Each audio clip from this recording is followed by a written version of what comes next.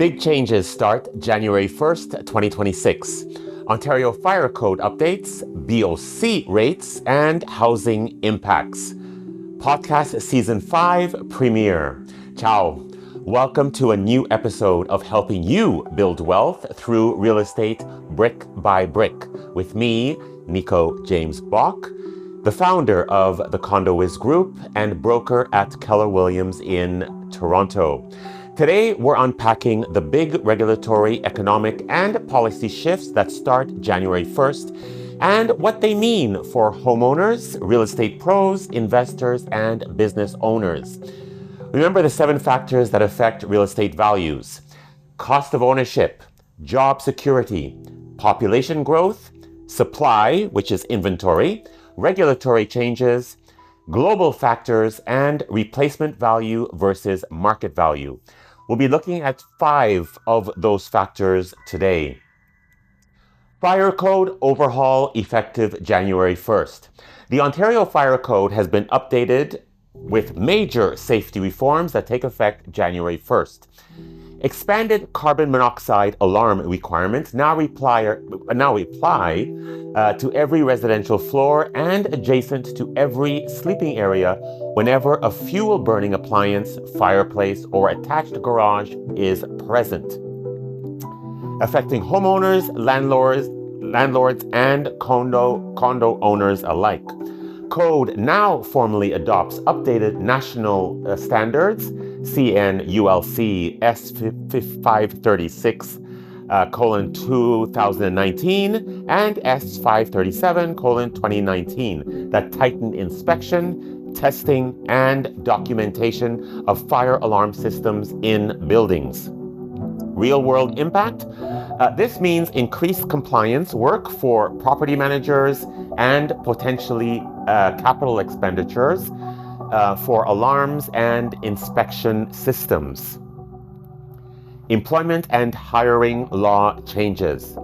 Under the Employment Standards Act, ESA, and Working for Workers reforms, job postings January 1st onward must include compensation details or salary ranges for publicly advertised jobs, with certain exemptions.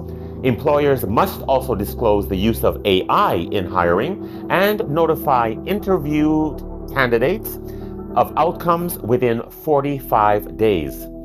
Additional procedural changes include clearer postings about vacancies, record retention, and removing Canadian experience requirements. Why it matters. Transparency increases, hiring friction decreases, but employment processes will need policy updates and monitoring. Bank of Canada announcements. The last announcement was on December the 10th, 2025. It was the last announcement of 2025, and the bank held its key policy interest rate at 2.25%. Governing Council guidance suggests stability around this rate is expected if inflation remains near target. Next key date is January 28th, 2026. What it means for real estate.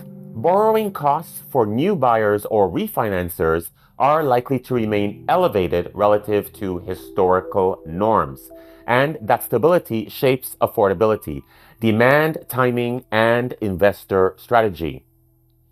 Immigration and labor mobility updates.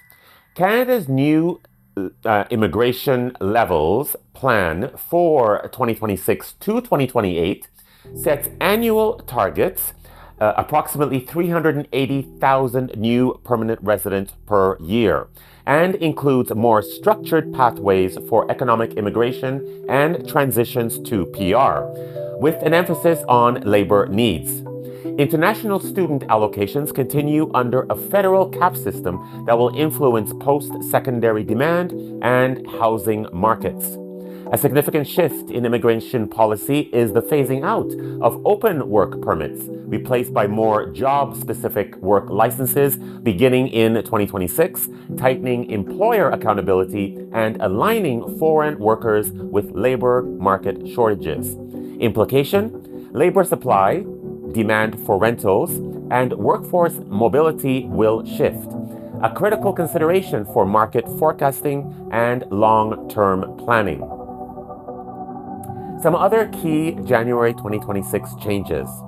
Labor mobility reforms under Ontario's Free Trade Working for Workers Act allow for out-of-province certified professionals to work in Ontario quickly while completing full registration. Ontario is adjusting its tax brackets and thresholds for 2026, which will influence after-tax income and consumer behavior.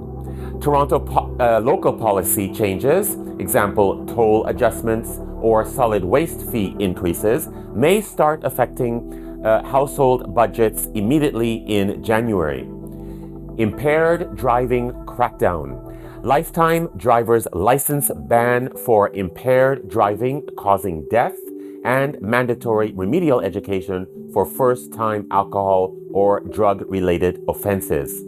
Vehicle theft license suspensions, escalating penalties for vehicle theft, as well as including a lifetime suspension for a third conviction.